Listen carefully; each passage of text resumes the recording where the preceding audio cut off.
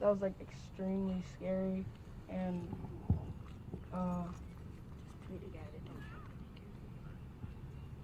that was just a lot to handle yesterday. And I mean, I'm kind of afraid, but I know for a fact that I know what I have to do now in case something like that happens ever again. And I hope every other kid that was there and every other kid in the world that has to deal with this knows what they have to do also. That's all. Beautiful, baby. Amen. Beautiful.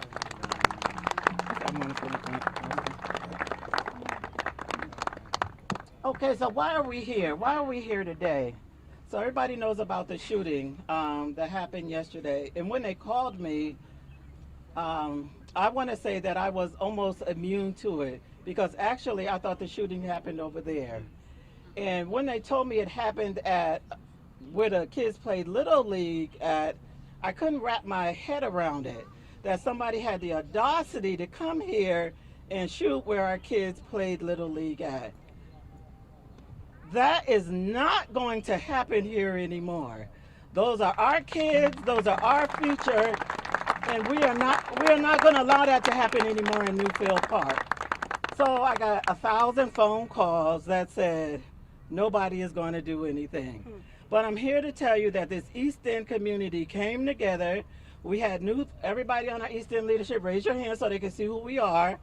We've been dogging Dr. Ford's phone. We got to do something because our kids deserve to have a safe place to play. I want to salute Wes. Wes is not here today. He's traveling with his family.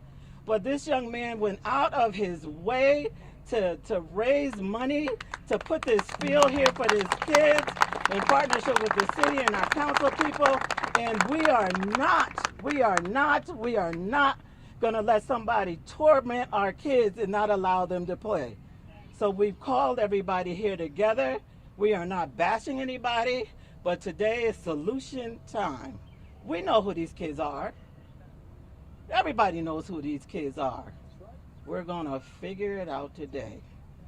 We asked for partnerships. We asked for people to come to the table with solution, and it is solution time. This is not an East End problem. No. This is everybody's problem. And this is the way we solve it. So I've been getting hits today, and yes, I'm going to say it because 11 o'clock is a church time. Well, hell, if there was 10 bodies out there today, everybody would have been having church out on this field today. So I want us all to come together and come up with a solution as to how we save our kids. And I'm going to tell you about the shooters because for the last 2 years working with Project Longevity and these weekly meetings at the market with these moms, I know that these shooters could have been the same kids who experienced trauma 20 years ago and did not get any help. So we're going to get them help too. After we catch them, we're going to get them some help too, because that is what we have to do. We cannot throw them away either, because if they thought it was okay to come and play video games out here, they need lots of help. So collectively, I'm asking everybody out here, and yes, I'm hot. I've been hot for 2 days because I'm upset because they thought it was okay to gun down our kids. We're not taking that anymore. And I'm imploring on every single person out here to help, to figure out how you can help, to put services, put dollars in people's hands who do the work. Where's the mayor and the governor at? I want money to go to people who do the work and not top-load agencies who give us the crumbs to do the work. We do the work with little bit of money, and we don't get the money. And I'm tired for all these mothers who are out here doing the work, and you want to give us crumbs to put the money where the people are who's doing the work. So that's what we need. And we're going to hold them accountable starting tomorrow. Right now. And election time. And we want real partnerships. And I'm not blaming the police. I want adequate coverage, but I'm blaming us too. Because we holler Black Lives Matter all the time, but Black lives got to start mattering to us. So that's what I want to say. You know who your children are. I know who they are. So let's start they're holding everybody accountable. We know who they are. Let's get them help. Let's turn them in, because today is the day. We are no longer allowing them to terrorize our neighborhoods. Ernie, you're on.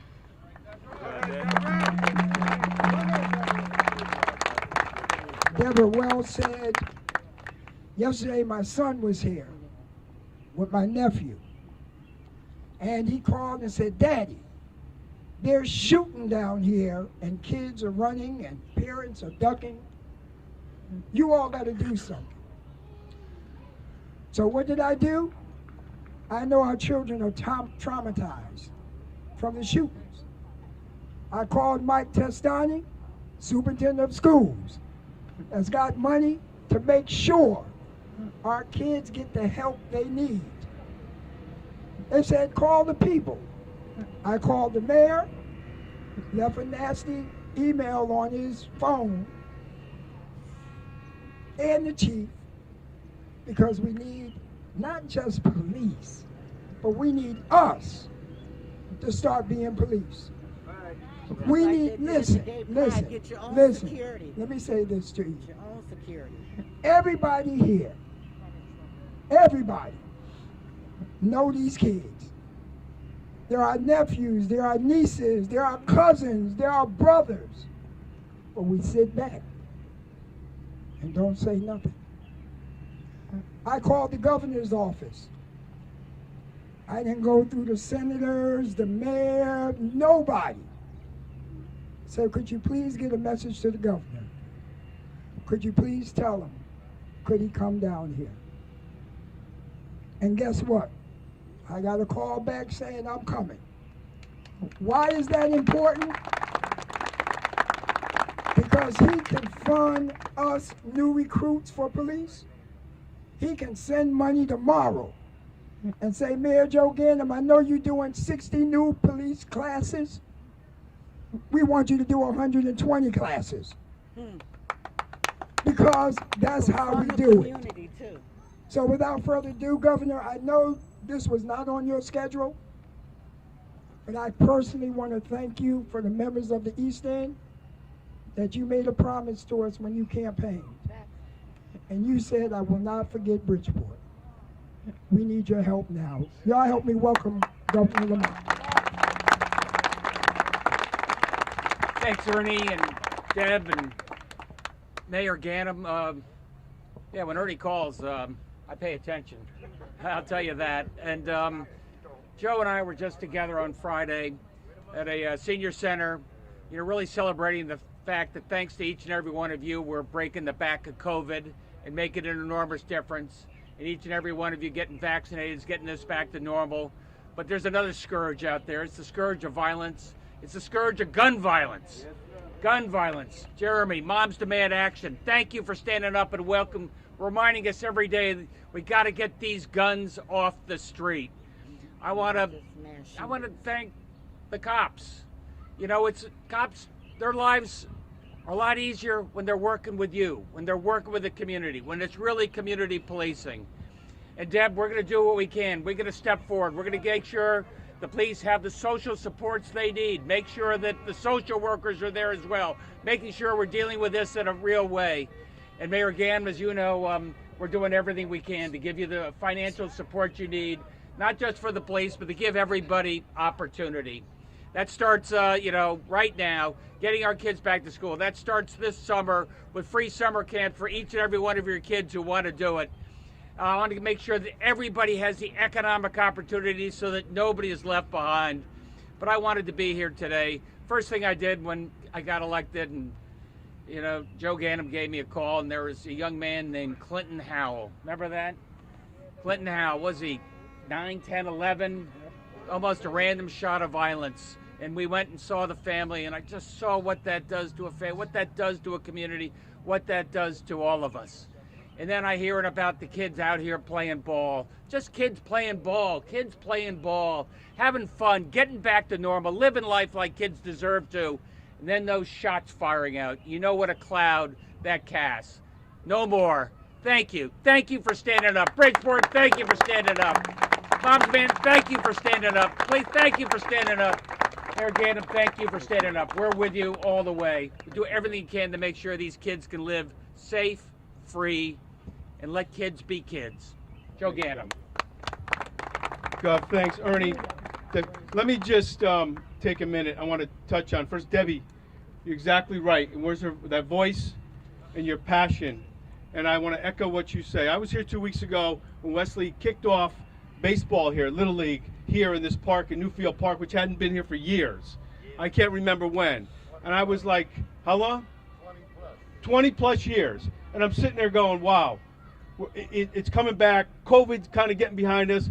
And people are stepping in, and kids are playing and took pictures and all that. I was personally moved. I was happy. I was excited. And there's no word, the word outrage isn't strong enough. When Ernie called yesterday and we spoke later on about shooting, about shots fired here, and I spoke to Wes this morning, and we know he's away. I asked him what happened. That is not just, the words aren't strong enough, not going to be tolerated, not going to be accepted, not at Newfield Park, not in the East End, not in any place in the city, and the governor and the state rep from nowhere in Connecticut. Should a child have to be concerned about playing baseball and hearing shots fired and wondering whether there's shots fired and what to do? That's not the city, this is not the state that we want to live in and we're going to allow to happen. Now, we got some authority with public safety and police officers and all that. And they're directed under the chief and others to work with everyone here to make this the safest place, and then some.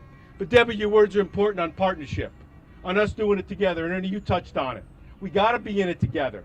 We got to be. And I haven't done enough. I dare say our state hasn't done enough. We in the community haven't done enough. We're trying, but we got to try and we got to do better. And we will do better, and that's my commitment to you. We will do better and we will do more, because there is nothing more important than public safety, especially when it involves our children. Let me just touch on the resource thing too. It's always something we're kind of like unsure to say something about because we really never know what we got. As difficult as this year has been, it continues to be. We are in a position with better resources, and if you've been around me in the last 3-4 weeks, you've heard me say it doesn't do any good to get any more resources from the federal government if they don't get out into the neighborhoods and into places and into programs that can help people. Let me say it again. It doesn't do any good to get millions of dollars from the federal government or from the state of Connecticut if we can't get it into the hands of the programs that make a difference in people's lives. Do you agree with me on that? So if you've been around me, if you're a councilman and you heard me, if you're a department head and you heard me, that's what we're talking about. It's got to be done right. It's got to be programmed. The place that's going to have the impact, that we can either agree or disagree exactly where that's going to be. But let's get it going. That's one element of it. Let's provide the support, in addition to parental support and school support, that we need to provide to all of our children in our neighborhoods. Thank you. God bless you. We'll be here. Who you want to give it to next? Okay. All right, I want this young lady whose son did the prayer. She said something, and I told her, and Debbie told her, we want her to articulate that to the masses. And I think it's something you all need to hear, I need to hear. So I'm going to ask her to come on. And then after that, we're going to bring, I saw the chief of police here. Okay, we're going to have her come up and tell how we're going to recruit 60 new police officers. From within the community. From Bridgeport. From within the community. Hey, so I'm not so sure about the articulate part, but I'm just going to keep it 100 because that's just what I do. At the end of the day, do I have to take this mask? I don't want to. No, I'm just holding it. She's fine. At the end of the day, we can blame the police, we can blame the government, we can blame the council, we can ask for reform, but we have to reform our community. This is our community. We are people in our own community here. Remember when we used to say it takes a village to raise a child? Whatever happened to the village? Now they're just allowed to shoot it up and we get to say nothing and do nothing, and our kids get to be like this?